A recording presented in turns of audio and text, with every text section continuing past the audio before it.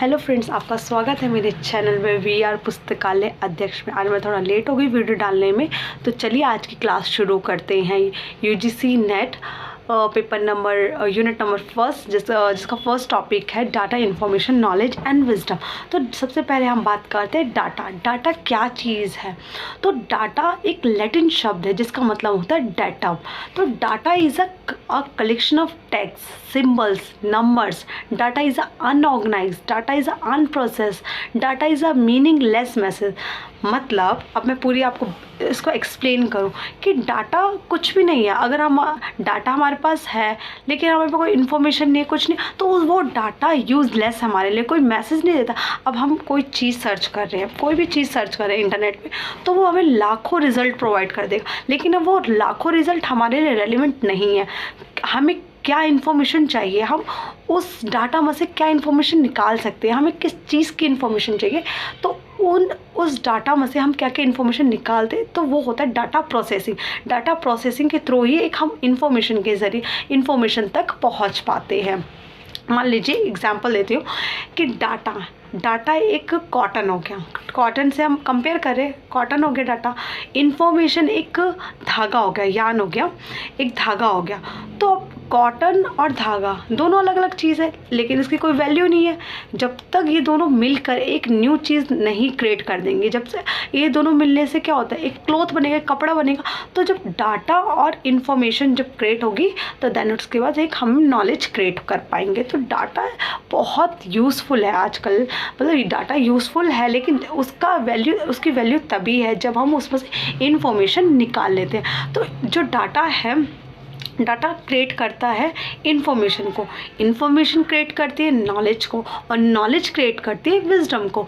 तो ये 4 टाइप्स के होते हैं डाटा, 4 टाइप्स का होता है। सबसे पहला होता है ऑर्डिनरी डाटा। ऑर्डिनरी डाटा में हम क्या करते हैं, हम कैटेगराइज कर देते हैं डाटा को कि हाँ ये ए में हो गया, बी में हो गया। नॉर्मल कैटेगराइजेशन जो होता है वो नॉर्मल डाटा हो गया। दूसरा होता है ऑर्डिनरी डाटा। ऑर्डिनरी डाटा में हम क्या करते हैं, हम डाटा को रैंकिंग प्रोवाइड कर देते हैं। लाइक हम मान लें पहला जो डाटा है वो गुड डाटा है, जो सेकंड डाटा है वो गुड हो गया, बैड हो गया, थर्ड एवरेज हो गया, मतलब हम रैंकिंग प्रोवाइड कर देते हैं। Third is interval data. Interval data में क्या होता है, हम डिस्टेंस की बात करते हैं, लेकिन मान लीजिए ये इस ऑर्गेनाइजेशन का है, सेकंड डिस्टेंस पे ये इस ऑर्गेनाइजेशन डिस्टेंस बता देते हैं, इस ऑर्गेनाइजेशन का ये इस डिपार्टमेंट का, इस तरीके से हम ऑर्गेनाइज करते हैं। फोर्थ होता है रेशो डाटा। रेशो डाटा में हम क्या करते हैं, 0 लेवल से हम शुरू करते हैं, वो होता है रेशो डाटा। तो ये बात हुई टाइप्स की। अब होता है क्वालिटी ऑफ डाटा। क्वालिटीज़ क्या होनी चाहिए एक डाटा में, तो सबसे पहले एक्यूरेसी। किसी भी डाटा में सबसे पहले कोई भी डाटा एक्यूरेट होना, एक्यूरेसी बहुत ज़रूरी है। 100% एक्यूरेट, सटीकता, हिंदी में शायद उसको सटीकता कहते हैं। तो एक्यूरेसी होना बहुत ज़रूरी है, क्योंकि जब तक वो एक्यूरेट नहीं होगा तब तो उसकी मतलब कोई इसमें बात नहीं है, कोई वैल्यू नहीं है। 100% एक्यूरेसी होगी तभी हम उसमें से इंफॉर्मेशन निकाल सकते हैं। Second is up to date. Data हमेशा अप टू डेट होना चाहिए। अब हम कोई काम आज कर रहे हैं, अब हम प्रीवियस डाटा लेके बैठे तो उसकी कोई वैल्यू नहीं होगी। और third is a timing. Data हमेशा टाइमली मिलना चाहिए। अगर मान लो मुझे कोई चीज़ की ज़रूरत है, अगर वो डाटा मुझे अभी नहीं मिला तो उस डाटा की कोई वैल्यू नहीं रह जाएगी। तो थर्डली टाइमली बहुत वेरी इंपॉर्टेंट। फोर्थ होता है अवेलेबिलिटी, मतलब उपलब्धता। मान लो मुझे कोई डाटा अभी चाहिए, ठीक है, अगर वो मुझे अभी नहीं मिला, जैसे टाइमिंग की बात करें, नहीं मिला, तो उस डाटा की कोई वैल्यू नहीं रहेगी। इसलिए हमें डाटा ऐसी उपलब्धता होनी चाहिए कि हाँ डाटा हमें मिले। लाइक आज तो इंटरनेट की फैसिलिटी है कि हम कोई भी चीज़ सर्च करते हैं तो हमें काफ़ी डाटा, लेक्चर ऑफ डाटा मिल जाते हैं। द फिफ्थ इज़ रियलेबिलिटी, मतलब विश्वसनीयता। मतलब कोई भी जो डाटा होता है ना, तो उसमें हम उस डाटा पे तभी ट्रस्ट कर सकते हैं जब हम रिलायबिलिटी उस पर हम तभी ट्रस्ट कर सकते हैं सोर्सेज का होता है। लाइक मैं एग्जांपल बताती हूँ, एग्जांपल से आप अच्छे से समझ जाएंगे। एग्जांपल बताती हूँ, व्हाट्सएप पे कोई चैट है, मतलब कोई मैसेज फॉरवर्ड हो रहा है, तो हम उस अब वो सही है गलत हमें नहीं पता और हम उस पर ट्रस्ट भी नहीं करते, क्योंकि हम सोचते क्या वो ठीक भी है, फेक सोर्सेज होते हैं। और वही अगर हमें न्यूज़पेपर में वो मिल जाए तो हम कहेंगे हाँ ये डाटा ठीक है, क्योंकि ये एक नई सोर्स से देख रहे हैं, रियलिटी हमारे अंदर ऑटोमेटिकली आ जाती है। तो ये होगी क्वालिटीज ऑफ डाटा। अब बात करते हैं kinds of data. Kinds of data में सबसे पहले हम बात करते हैं फील्ड डाटा। फील्ड डाटा में क्या होता है ना, फील्ड डाटा में तो हम वही डायरेक्ट हम जाते हैं फील्ड सर्वे में, जो हम डाटा इकट्ठा करते हैं वही फील्ड सर्वे होता है। लेकिन वो अनकंट्रोल इन्वायरमेंट होता है, क्योंकि उस पर हमारा कोई जोर नहीं होता। जो डाटा हमें प्रोवाइड वो लोग कर रहे हैं, जो उनके थॉट्स हैं। हम मान लो कोई रिसर्च कर रहे हैं, मान लो रिसर्च में तो ये टॉपिक आएगा ही, फील्ड डाटा एक्सपेरिमेंट है, तो मैं बता देती हूँ होता क्या ये, जिस तरीके का वो हमें फीडबैक देंगे वही डाटा हमारे पास कलेक्ट होगा। और सेकेंड इज एक्सपेरिमेंटल डाटा में क्या होता है, एक्सपेरिमेंटल डाटा में हम साइंटिफिक्स वे में जो हम इकट्ठा करते हैं ना, साइंटिफिक्स वे में जो डाटा हमारे पास आता है वो ट्रुथफुल भी होता है, ट्रस्टेबल भी होता है, क्योंकि वो साइंटिफिक्स वे में होता है, हमने उस पर ऑलरेडी रिसर्च कर ली है। तो ये हो गया एक्सपेरिमेंटल डाटा।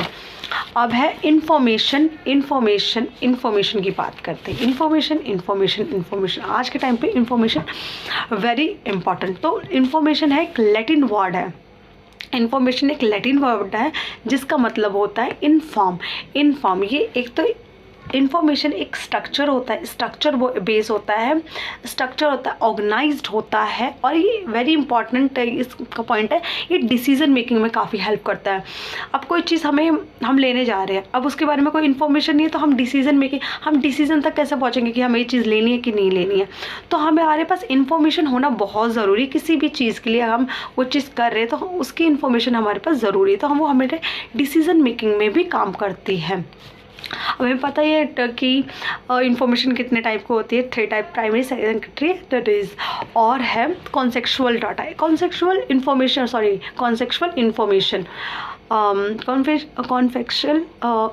में क्या होता है ना, ये हमारे आइडिया, थॉट्स, हाइप्नोथेसिस के जरिए आती है। अब इन्फॉर्मेशन हम कुछ चीज़ सोचते हैं कि हाँ ये चीज़ ऐसी भी हो सकती है, ऐसी, ये भी एक टाइप की इन्फॉर्मेशन होती है। हाँ ये कोई साइंटिफिक प्रूफ नहीं होती, क्योंकि हमारी खुद की थॉट्स प्रोसेस होता है।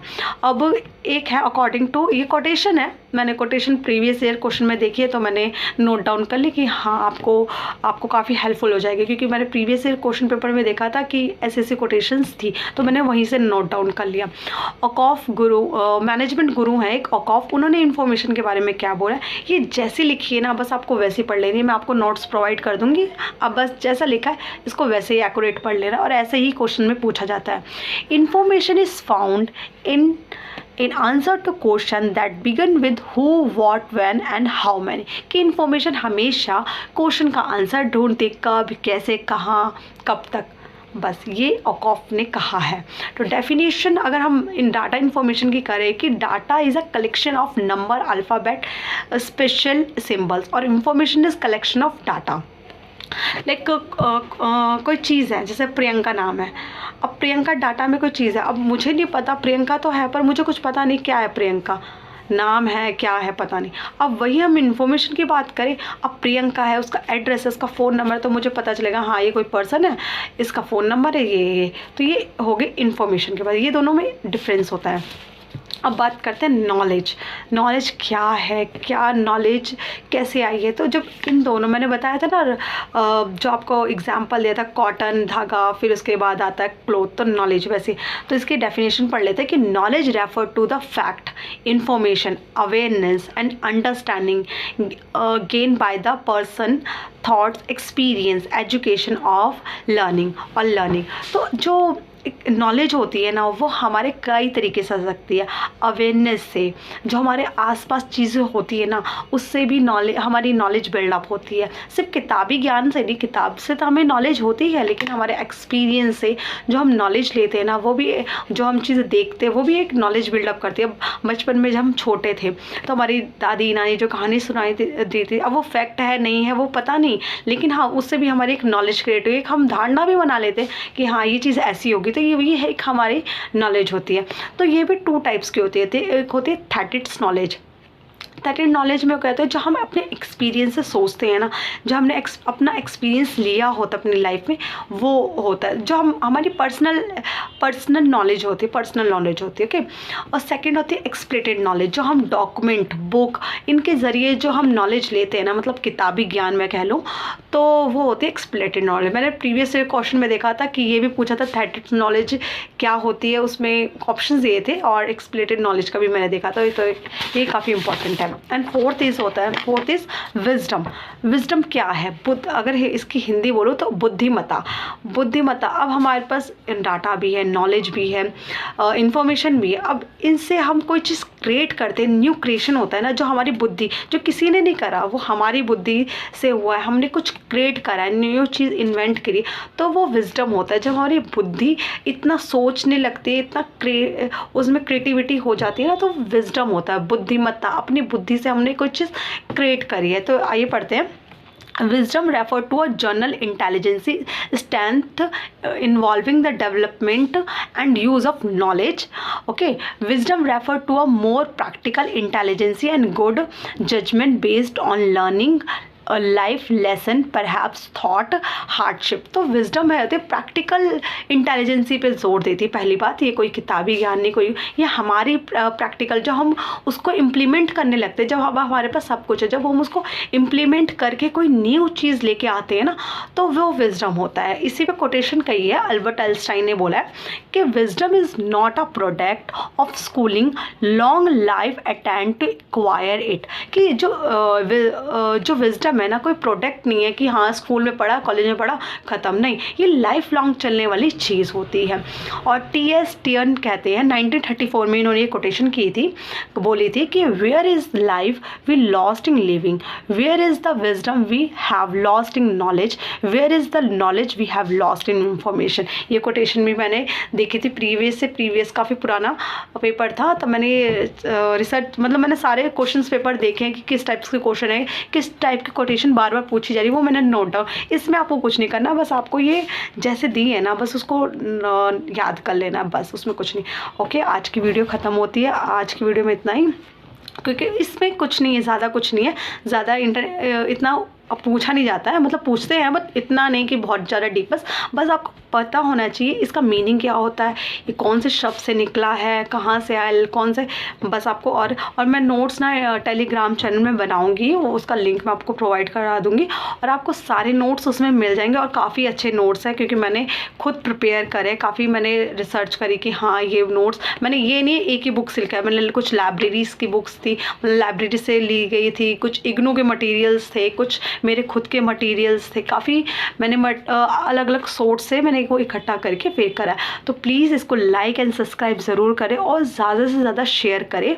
और प्लीज़ अगर कुछ गलती हो गई तो मुझे प्लीज़ बताएं। अगर कोई सजेशन मुझे देना है ना, तो प्लीज़ मुझे दीजिए कि हाँ मैं भी फर्स्ट टाइम ये वीडियो बना रही हूँ, तो मैं भी थोड़ी हेजिटेट हो रही हूँ थोड़ी बहुत। तो प्लीज़ अगर कुछ गलती हो गई हो, कुछ सजेशन आप लोगों को मुझे देना है, तो प्लीज़ आप मुझे दे सकते हैं। और इसको ज़्यादा से ज़्यादा शेयर ज़रूर करें। जो बच्चे घर में यूजीसी नेट की तैयारी कर रहे हैं, तो उनके लिए काफ़ी हेल्पफुल रहेगी। अगर कोई गलती हो गई तो आप मुझे वो भी बता सकते हैं कि हाँ मैम ये गलती हो गई, तो मैं उसको बिल्कुल इम्प्रूव करूँगी। कोई ऐसी बात नहीं कि हाँ मैं एकदम परफेक्ट हूँ, नहीं।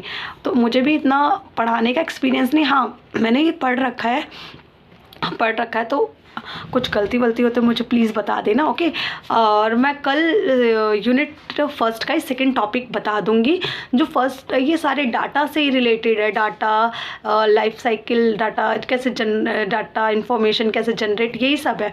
मैंने सारे नोट्स बना रखे हैं, आपको मैं टेलीग्राम चैनल आज मैं बनाऊंगी और आपको लिंक शेयर कर दूंगी। और कुछ गलती हो तो प्लीज़ मुझे बता देना। Thank you so much. आपको लेक्चर कैसा लगा मुझे बता देना, ठीक है। अब मैं इसमें आपको सिर्फ एक्सप्लेन करूँगी, नोट्स मैं आपको टेलीग्राम चैनल पे दे दूंगी। और आपको लगता है कि हाँ ये चीज़ इसमें इम्प्लीमेंट हो सकती है, तो आप मुझे प्लीज़ सजेस्ट कर देना। Okay, thank you.